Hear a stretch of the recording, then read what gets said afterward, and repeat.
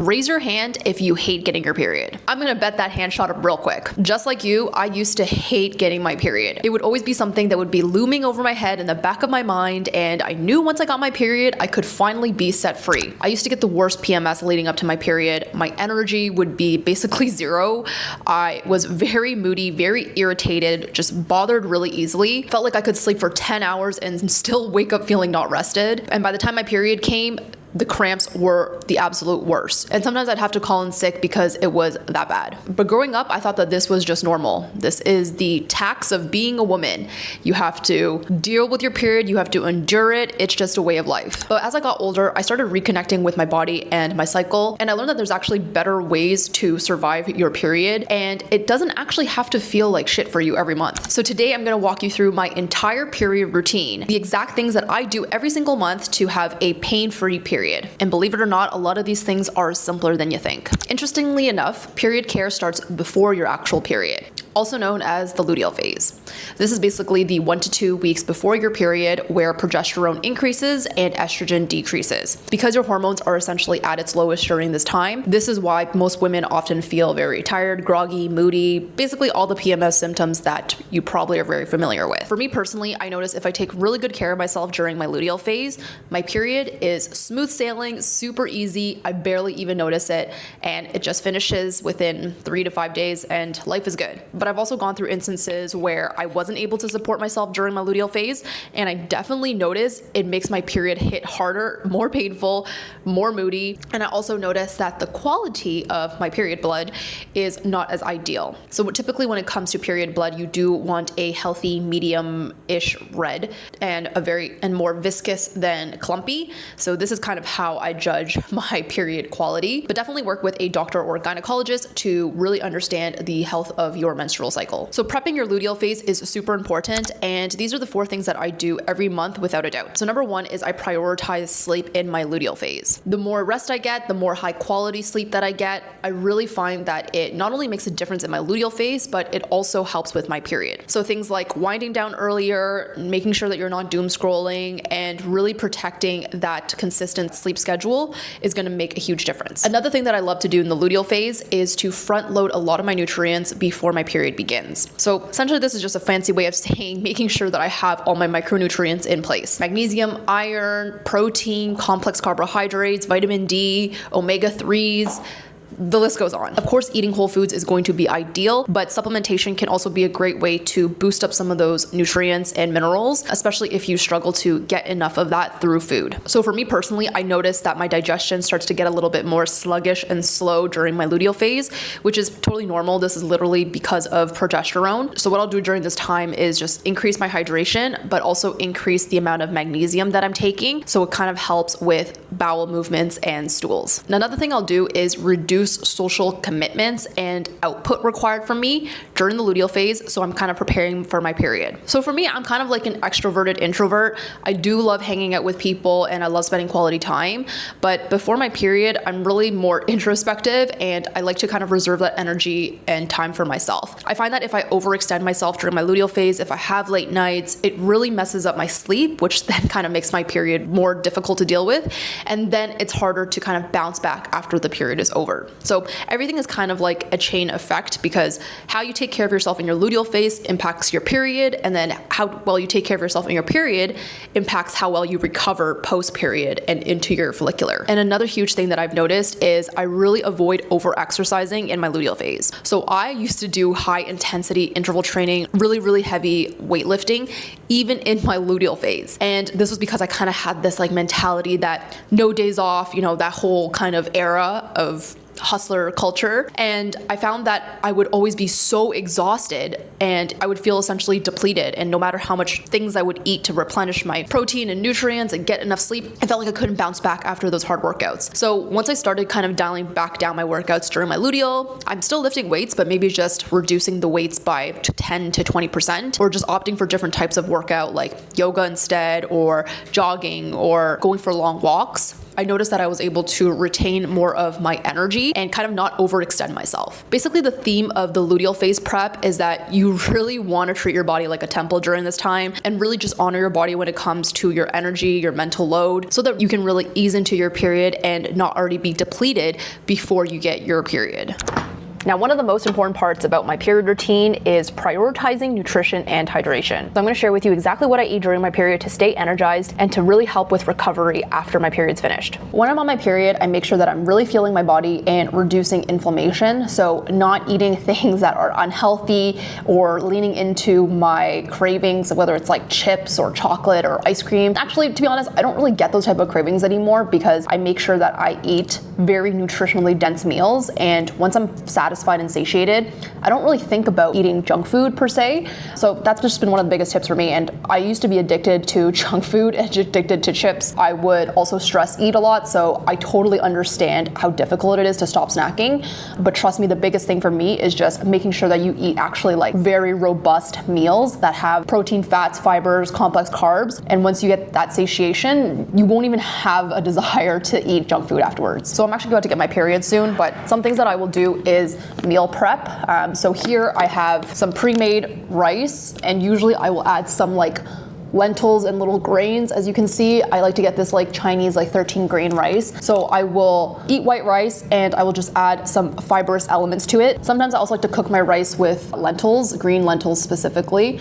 I just find this to be a really nice way to just get some extra fiber in. Oh, this is like frozen, so there's a bit of that frozen fat. This is just some stir-fried ground beef with some asparagus, green onion, just like whatever vegetables and things that I have at home. Doesn't have to be super fancy. So when I have meals like this, it really helps with stabilizing my blood sugar. I feel so good eating it, and I don't get that hangry feeling, which I find tends to get more intense during your period. Complex carbs are another great thing that you should be eating during your period. So typically this will look like multigrain rice, sweet potato, oatmeals, things like that. So I like to just steam this, have half for breakfast or something like that, or just add it to a meal, have it as a snack. This is a very weird looking sweet potato. So yeah, don't fear carbs during your period because your body needs that support, it needs that energy. And the great thing about complex carbs is that it also helps support your digestion. I also love prioritizing magnesium-rich foods and lots of leafy greens. So baby spinach, organic spinach is a great way to get that, especially because it's easy.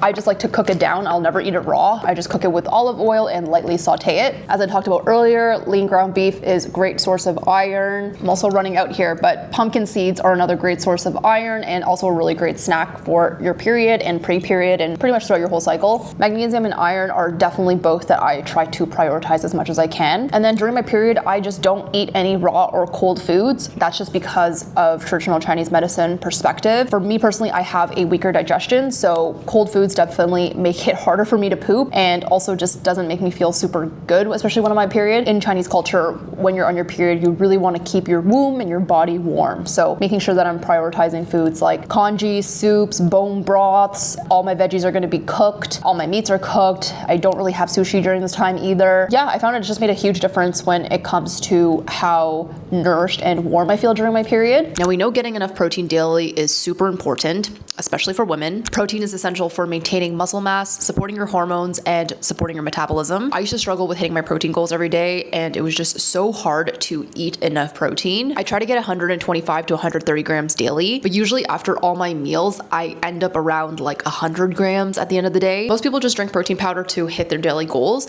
but I've struggled with that because it's so hard to find a plant-based one that tastes good that also doesn't bloat you. But it all changed when I found one that has digestive enzymes built into it. And the Aura Organics protein powder has exactly just that. And it's the reason I don't bloat after drinking protein. Each serving has 23 grams of protein, so it always helps me hit my protein goals at the end of the day. The formula is really solid too. It's got diverse plant protein sources. It has superfoods and greens that are packed with antioxidants and micronutrients, and zero gums, no fillers, zero stevia, and no artificial ingredients. I've also talked about their creatine before, and honestly, these two together have just made my daily basics so simple and effortless. Right now, you can get 30% off your first Aura Organics purchase using my link in the description. Thank you, Aura Organics, for sponsoring today's video. When it comes to hydration, I start every morning with warm water and making sure that I drink about 3 or 4 of these a day. So before my period, I will have my luteal phase tea, and during my period, I will have my menstrual tea. This is actually my brand where I make cycle syncing teas designed to support women throughout each each phase of their cycle. So the luteal phase blend has ingredients that support PMS, support digestion and your mood, and the menstrual phase blend helps with circulation, warmth, and digestion. All of those things which are so important for the first few days of your period. And I'll also have electrolytes every morning, even if I'm not on my period, but find that it just helps with staying consistent with some of these daily hydration hacks. But to be honest, you don't need fancy things. The number one thing that just works the best is really just a glass of warm water to get your digestion going, to sip throughout the day, to sip if you have cramps. It really does wonders. Warm water is literally the cheat code for life. And if you're someone that has never drank warm water, try it for a week and tell me that your bowel movements are not the best that they've ever been. The next part of my period routine is focusing on warmth and body care. This is the one thing that I didn't do a good job of growing up. And in Chinese culture, they always say that if you don't keep your body warm, then it's not gonna be good for fertility and for giving birth. And there's probably some truth to it, but maybe not a direct correlation. As I'm getting older, I definitely notice that the more I stay warm and I keep my body regulated at a regulated temperature, it really just helps with how I feel overall. So especially during your period, you do not want to be wearing crop tops and shorts and just exposing your abdomen, belly area. And the same thing goes with your feet. During your period, you want to keep these extremities warm because it just helps improve circulation. Now, this also depends on your natural body temperature as well and where you live geographically. It would be ridiculous for someone who lives in the tropical islands where it's like 40 degrees to tell them to wear a scarf and to cover their feet when they have their period. Some people do tend to run hot during their period. So for those people, layering up even more and making yourself sweaty and uncomfortable is probably not ideal. But for a lot of women, we do tend to run cold during our period. So it's important to kind of keep yourself bundled up, keep your neck warm, keep your feet warm, keep your belly warm. So just these are the areas that you want to really protect and focus on. When I used to get bad cramps, I would use this like heat pack. So there's like buckwheat or something like that or beans in here. And I just put it in the microwave and I microwave it for like about 2 or 3 minutes. And then it just becomes a really nice warm pack that stays warm for like 20 minutes. And I would put this on my belly area if I'm feeling crampy, or if my shoulders are feeling tight and just, you know, when you just kind of feel like locked up in this area, I would put it on my shoulders to kind of relax my trapezius muscles, just to add a little bit of warmth to the neck, a little bit to the back, a little bit to the chest. So this has been helpful and has saved me. Like, I'm pretty sure I've had this since I was like in grade 10. But these days I don't really get cramps, so goodness, I don't really need to use this as much. Another big part of my period routine is getting movement in. Walking helps with increasing your circulation, so you definitely want to make sure that you're not just sitting the entire day that you're on your period, that you're really moving your body, getting gentle stretches in, really just opening up your body,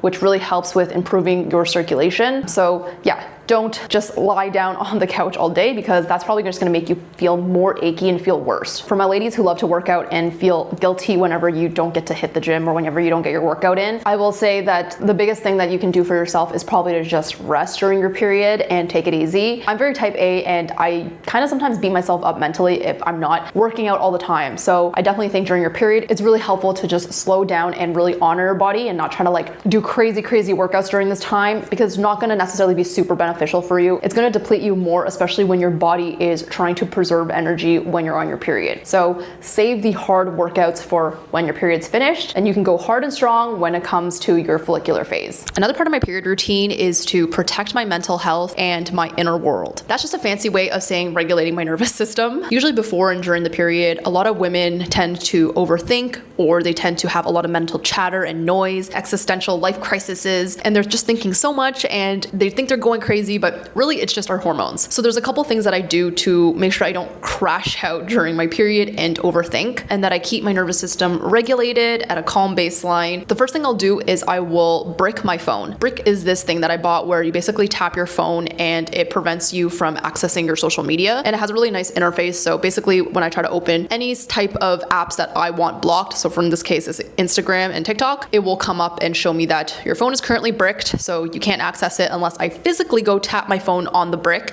to unlock it. I've been using this now consistently for a month, and it's definitely better than the native screen time blocking app on iPhone, because you can just like ignore that one, and I always used to do that. So I found that this has been really helpful in just making sure that I'm not like doom scrolling, comparing myself, looking at other people's lives, and just like feeling shit about myself, because I find that those feelings tend to come up, especially before and during my period. So really just kind of like curating my digital world more intentionally has really helped helped me with my nervous system, health, especially during my period. And also the benefit of reducing your screen time during your period is that you're protecting your eye health, right? You're not constantly looking at screens, making yourself feel so wired all the time. And it also just has a trickle down effect in improving your sleep. So lots of benefits to reducing your screen time. I will also prioritize journaling a lot more during this time. I feel like whenever there's thoughts of rumination, concerns, worries, anxiety, things that come up that make me feel uncomfortable, I will jot it down. I will let my thoughts out in a journal. It's just a great way to have a mental and also a physical release. Just something so therapeutic about like writing your thoughts out on a piece of paper and then just closing the notebook and putting it away. The last thing I do to like regulate my nervous system during my period is to create a really realistic workload and schedule. So I pretty much cycle sync my entire life. I know when my period's coming. I know when it's going to be my luteal phase. I know when I'm going to have my follicular phase, when I'm going to feel like my best. So I try my best to organize my life around my cycle. It's not perfect for sure. Like there's always going to be things that come up that you have to do during your luteal phase, commitments that you have to go to even if you don't want to. As much as I can, I try to curate a work and life schedule that works really well with my natural cycle. So for example,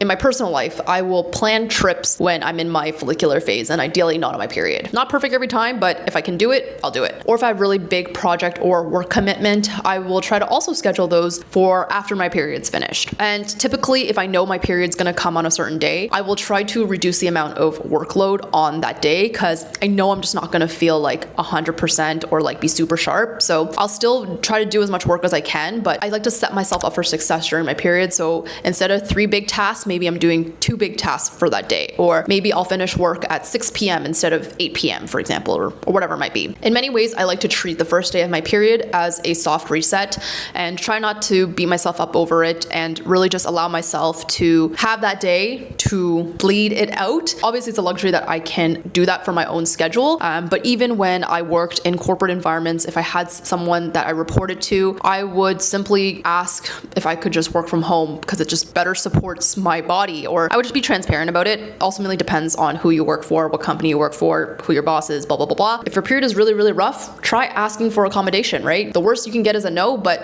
the best answer you could get is a yes. So you never know. And the last part of my period routine is protecting your sleep and your rest time. Man, I don't know how I used to only sleep like 5 hours a day when I was in school or when I was in my 20s. Like I used to be able to like just bulldoze through life with a few hours of sleep and just crazy. Back then I was built different, that's for sure. But I am 31 now and yeah, sometimes it feels like I've been hit by a truck if I don't get good sleep. So my non-negotiable is making sure that I prioritize sleep, especially during my period. And it's also physiologically, you'll notice your body is so tired on day one. Even if you do all the right things to preserve your energy, prioritize your nutrition, get well rest, you're still gonna feel tired, right? It's just part of naturally being a woman. It's just your hormones and sometimes you can't go against that. But what you can do is support yourself so that you don't feel like absolute garbage and you can feel at a good baseline. So tips for sleep and rest when you're on your period: go to bed earlier, way earlier than you think you need. Find out how many hours of sleep that you need to feel your best self. So I've been tracking my own sleep data for many, many years now. I used to use the Whoop, I used to use the Apple Watch, now I use the Ultra Human Ring. This is not sponsored, by the way. But regardless of what tracker you use, once you get enough data over a period of time, you're gonna be able to figure out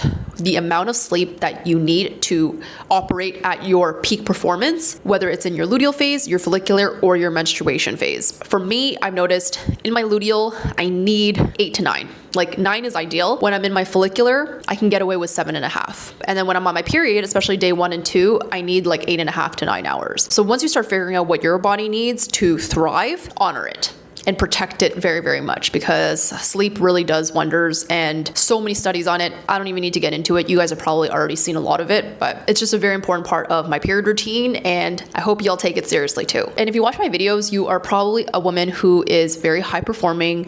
You are probably a little bit type A. You love to get things done and you're a go-getter, right? That's probably why you resonate with a lot of my videos. That being said, we also tend to be women that sometimes have a hard time with resting, slowing down, down.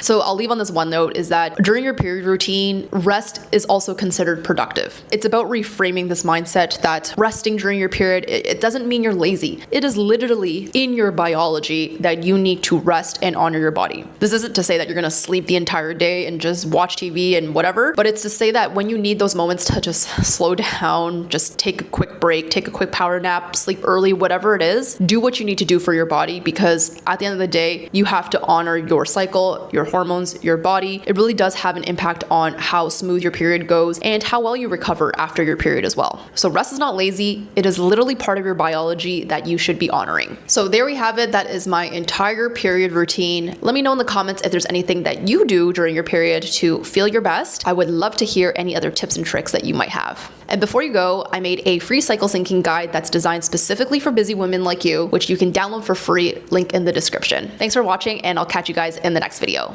Bye-bye.